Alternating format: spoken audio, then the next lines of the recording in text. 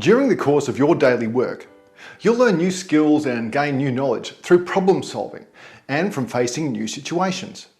But this happens almost always at a subconscious level.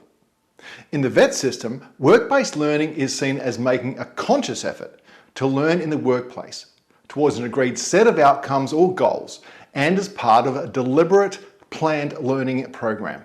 Work-based learning isn't simply about taking an existing employee and providing them with new knowledge or skills. The term work-based learning can include things like work placements, where new employees are given the opportunity to learn in a real working environment. Also on-the-job training or OJT. And finally, apprenticeships, internships, and traineeships. There are many reasons why training is conducted in the workplace. The objectives are aligned with these training requirements, which can result from things like an introduction of new technology, maybe new products or services, maybe new organizational direction or a workplace change of some kind. Maybe that's a new position or new job roles, and so many more. Work-based learning is often favored by employees, as it has a number of benefits for both the participant and the employer. For example, the employee remains available and productive to the employer whilst undertaking their training. Professional development of employees takes place with minimal disruption or cost to the employer.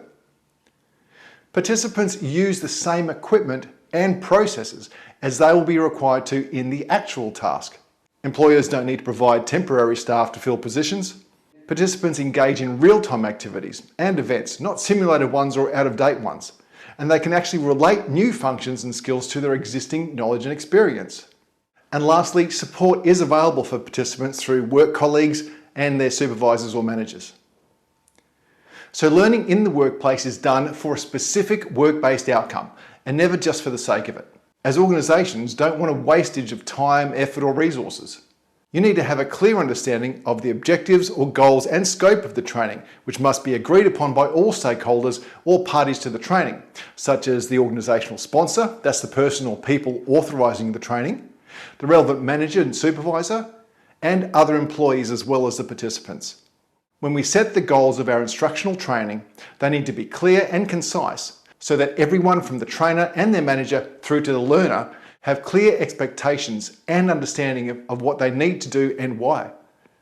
For this reason, we set SMART goals to explain the training outcomes we're aiming for.